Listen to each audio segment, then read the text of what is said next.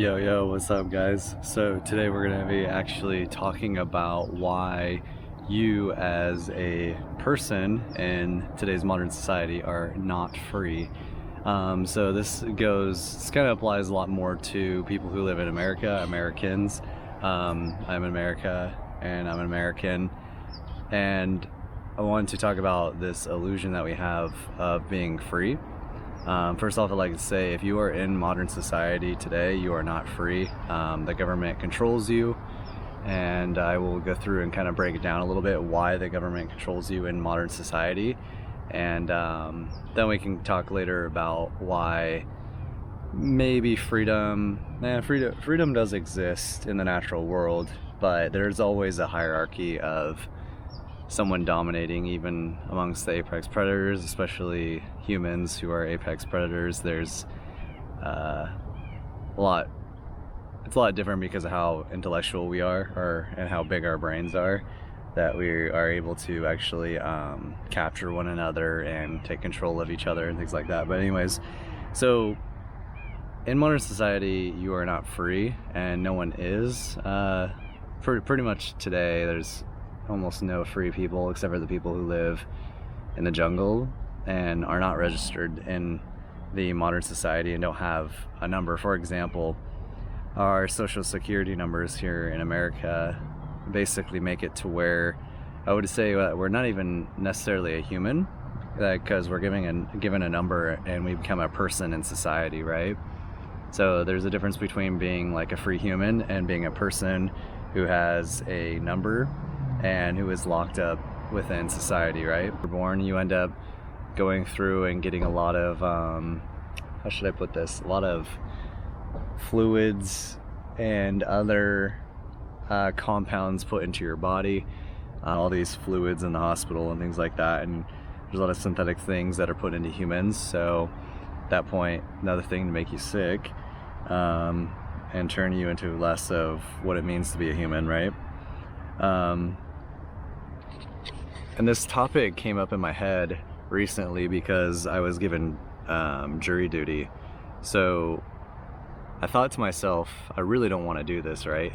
And I don't really know of anyone who likes jury duty, but for me, I was having some issues with my transportation and things like that, and it was going to be difficult for me to get down to the downtown area that I needed to get to in order to do jury duty and register and, go through and do my waiting and all that stuff. That's the main reason why I didn't want to do it, because I was concerned about my transportation and the money that it would cost. But I thought to myself, man, I really don't want to do this. And then I was reading the repercussions are fines and possible jail time.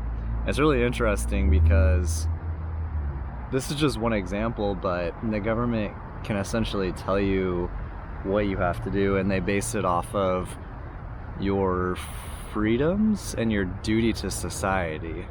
And I don't really like that personally, because the government is telling me what my duties are when I pay taxes, and all of us do. So essentially they're telling us what our duties are to society, and we also have to pay taxes as well too. And things like this are being forced upon us. And I mean, the whole taxes thing, I guess we can get into that as a separate topic, but I'm really curious where all that money goes though. But yeah, if you don't do these things, what is that quote where it says there's two things that are certain in life, taxes and death? So I think that's definitely something to think about. But yeah, the jury duty thing kind of led me into thinking more about military service as well too. So we've been having some issues with the dispute of China and Taiwan being a part of China and things like that. It's not really something that I necessarily care about, the politics of it, whether it is part of China or not. That doesn't matter to me. It's all irrelevant because there's no such thing as what China is. It's a made-up concept created by humans anyways, but I guess that can also be another topic. But I would say that military service is also required, in particular for men, and I'm a man, so this concerns me. And I was thinking, because I believe back in World War I or II, they had men who were serving into like their 30s and 40s, and possibly with drafts that you can be forced to serve into those higher ages. And I thought to myself, wow, that's pretty crappy. And if you don't want to during a draft time, which governments are the ones who start all these wars, so why do I have to be forced, and all of us have to be forced into fighting for them when they're the ones who have the issue, right? Like, what is the problem? I mean, I guess you can twist it and say that it is my problem because it can affect me and all my fellow Americans, but they're the ones who control it, right? At the end of the day, I mean, that you have to think about on your own and kind of come to the conclusion upon at a higher level of thinking. But I thought to myself, wow, so because I'm getting older now, and I'm not necessarily worried about being drafted, but if we were to have a serious draft where there was, you know, a World War III and a lot of men were already passing and all of our young men were passing away and going off to war, and then I would be next in that category if they did get into their 30s and 40s for enlisting. And I thought to myself, wow, that's really crappy, because I definitely know I don't want to go to war. I don't want to fight for stupid things that our presidents do or our speaker does when they go to Taiwan and provoke China. And the people who I would be fighting, those people are also citizens and regular people like me of their country. So why would I want to go over to a foreign country and fight them and have to end their lives and possibly get my own life ended? I don't want to do that. So essentially the military can either force you to go and serve in the military, or you go into a prison, or you go into jail. So that's a whole other thing. Like, I mean, it's so obvious that we're just like this unit in society, you know? We don't have any kind of control or freedom over our own destiny at the end of the day. Whether or not we do now, and we feel pretty free right now, when times are hard, or there's some kind of medical reason, or, you know, a state of emergency where the government can come in and just control things and lock it down even more than they already had, because they already do control it, right? You don't have freedom already, but there are, I guess, varying degrees.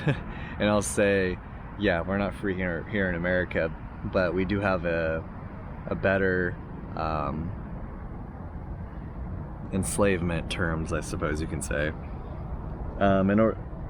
The government also tells you that your kids have to go to school, or they have to get some form of education. If you want to homeschool, then your kids don't have to get the pokey poke in the arm, right? They don't have to take any of the juices and things like that from the medical field.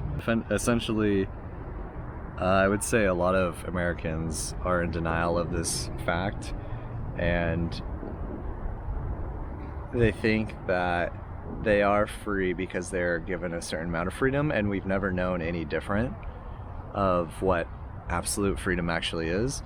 And I'm sure most people would probably argue that having the security is more important than the freedom, but I would say that either no government is the best. Well, it probably is. No government's best, probably.